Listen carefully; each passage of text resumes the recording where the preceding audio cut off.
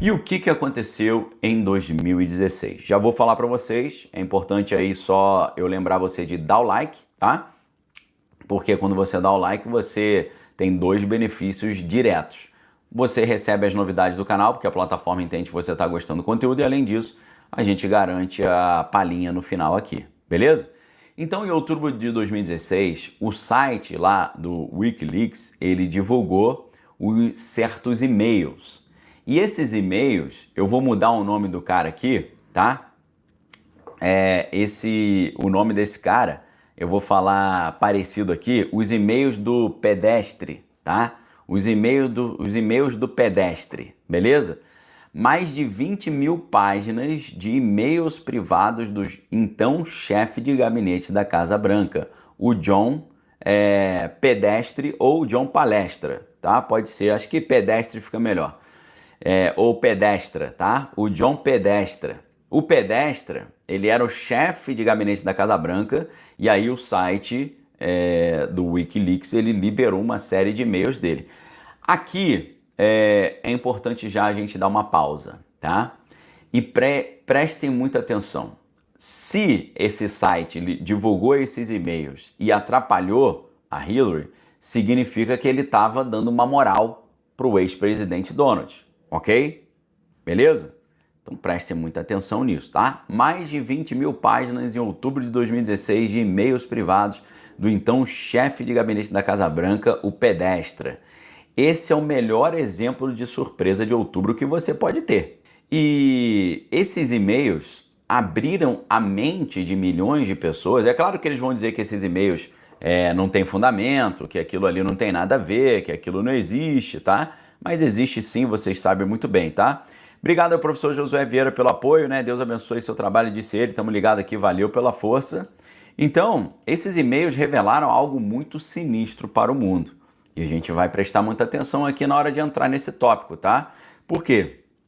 Os e-mails do Pedestra abriram as mentes de milhões de pessoas para o fato de que fazer coisas erradas com pequeninos é uma espécie de coisa sagrada para os controladores dos Estados Unidos e para os controladores do mundo.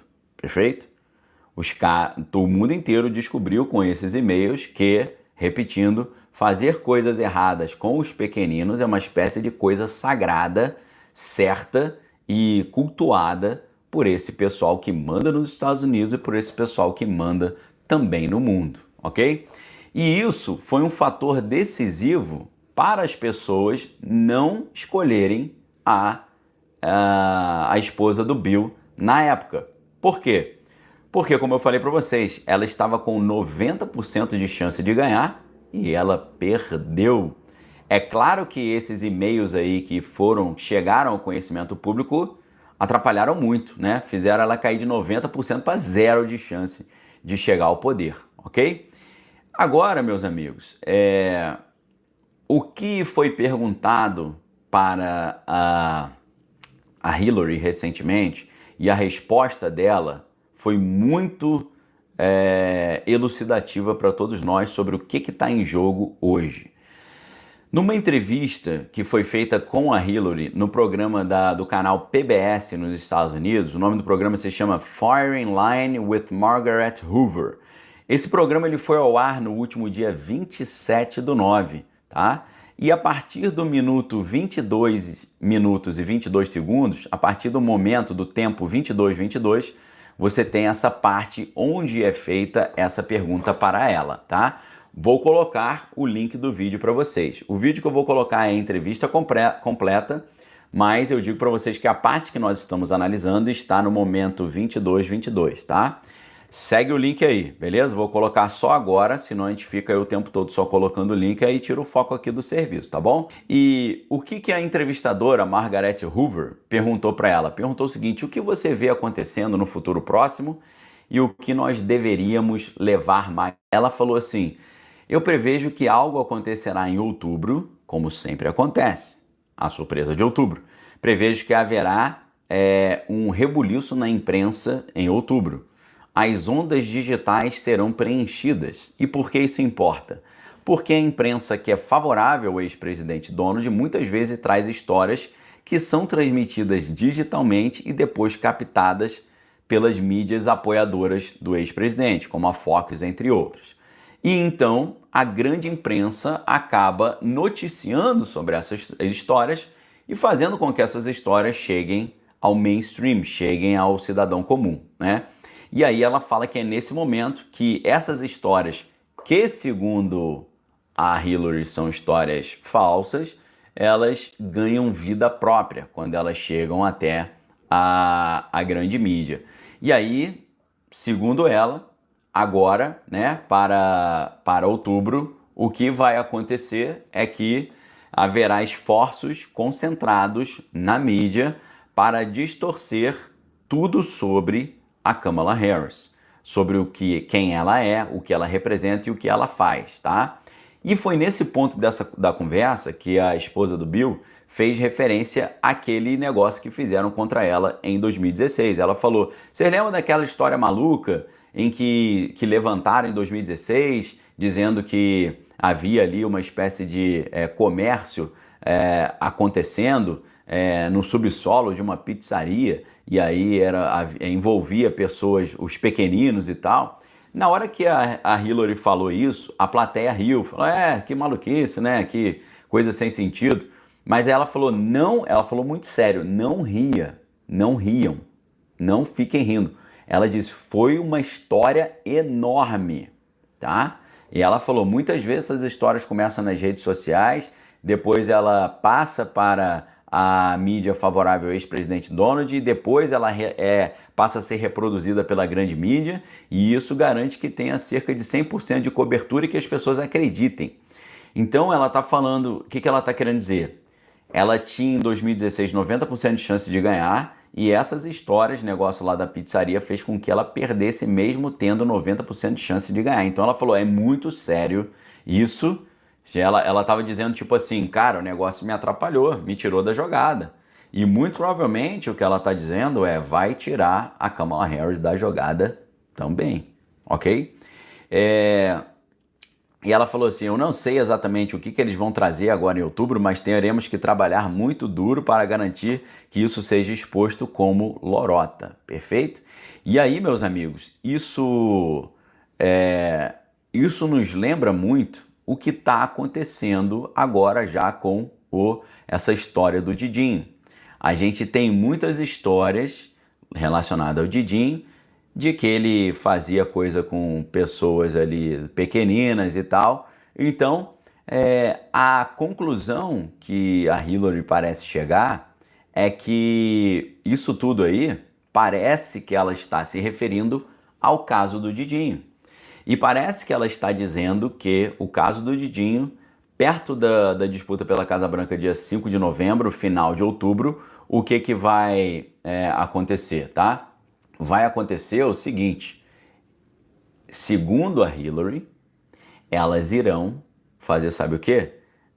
A mídia irá associar o caso do Didinho com a Kamala Harris. Mas eu acho que, ao mesmo tempo, os democratas irão associar o caso do Didinho com o ex-presidente Donald. Então, o caso do Didinho, na minha opinião, em breve, nas próximas semanas, será utilizado ao mesmo tempo contra a Harris e ao mesmo tempo contra o ex-presidente Donald. Então, por isso que eu coloquei descobrir tudo agora, descobrir qual será a surpresa de outubro. Na minha opinião, muito provavelmente estará relacionado com o caso do Didinho, sendo vinculado ao ex-presidente Donald e sendo vinculado a Kamala Harris também, tá? Agora, voltando um pouco ao caso do Didinho, a gente precisa lembrar que muitas pessoas ali disseram que foram prejudicadas pelo Didinho, incluindo dezenas de pessoas que eram pequeninas na época e revelaram ali algo muito sinistro. Por quê? Preste muita atenção no que eu vou falar agora, porque eu vou precisar falar de forma um pouco críptica ou criptografada. Na festa mais fechada que o Didinho fazia, primeiro ele fazia uma festa aberta e depois, mais tarde, na madrugada, a festa era fechada só para pessoas específicas. Dizem que essas pessoas que participavam dessa festa, algumas delas que entravam nessa parte mais reservada da festa, tinham que tomar ali um tipo de líquido. E as pessoas diziam que depois que tomava esse líquido, o cara não lembrava de nada, o cara ou a mulher não lembrava de nada, e depois acordava ali sem saber o que estava acontecendo. Acordava ali perdidaça. Acordava, tipo, na manhã seguinte, se sentindo ali dolorida, né? E desnorteada, ok? Então, os relatos sobre as festas do Didinho revelaram o quê? Revelaram que dar essas substâncias para as pessoas e fazer coisas muito erradas com elas, elas ali estando desnorteadas, fazer isso na frente de um grupo grande de pessoas famosas, era uma espécie de um evento ritualístico das festas do Didinho, ok? Então, nesses eventos, o que acontecia? As pessoas famosas chegavam à situação ali para fazer o quê? Para assistir um espetáculo. E qual que era o espetáculo? Ver uma pessoa objeto ali de coisas muito erradas de outras pessoas. Não só assistir isso, esse espetáculo sinistro, mas também participar disso.